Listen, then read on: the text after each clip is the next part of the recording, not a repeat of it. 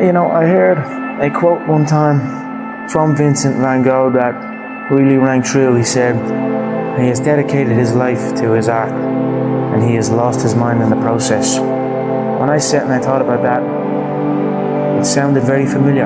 I have given every single thing, every ounce of my life to this craft, to perfecting my craft, and I continue to do so. And in the process, I have lost my mind to regular society, to people who wake up at 9 a.m., who clock out at 5 p.m.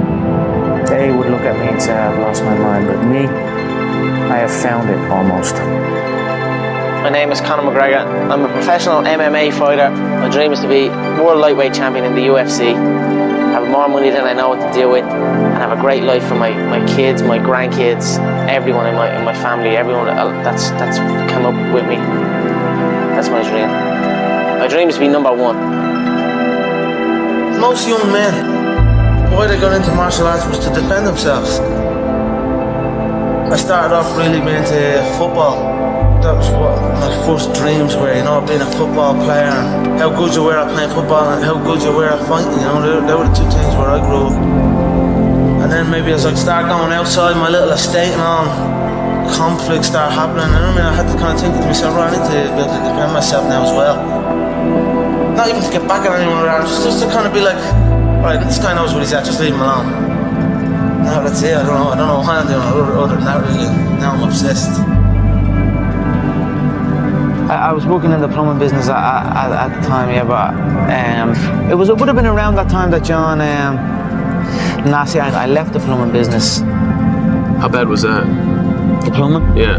Horrendous. It was just a horrible, horrible time, and I was like, you know what? I don't want to do this, and then I just left, and then I just stopped going, didn't get out of bed, and my dad was trying to make me out of bed, and we'd have fights, and literally, for a good while I didn't really speak to my dad. We just kind of stayed away from each other. Anytime I come across my dad, anytime we did speak was to fight. Why did it get to that point, to where he was that bad? Because I was doing absolutely nothing. I was out getting into trouble. Yeah, it basically felt like I was doing fuck all. I was a waster. You know, I was a waster. Called that a lot, you know what I mean? The real stress and the real fights come from the mortgage, come from this stress of home. A lot of people are getting evicted from their homes around here. So that's something that I grew up with. That was a big stress in my family. It caused a lot of stress. So I just wanted to give it back and help out and just do that. And my mother and father are still young. Now they have their feet up, they can relax, they are in a new place, so it's good. That's something I always dreamed of. I always visualized what given would feel like, given to people who have given to me, what that would feel like. I always dreamed of just showing up one day and be like, here. I always visualized good things. I always visualized victory, success, abundance. I visualized it all, and it's all happened. If you have a clear picture in your head of something is going to happen, a clear belief in that it will happen no matter what, then nothing can stop it. You know what I mean? It is destined to happen, and that's what happens. You know what I mean? It's perfect. I'm fighting myself. You know what I mean? Because you are fighting yourself. There is no opponent. You know what I mean? It's you versus you. And I'd say I'm fighting myself in there. I'm gonna beat myself.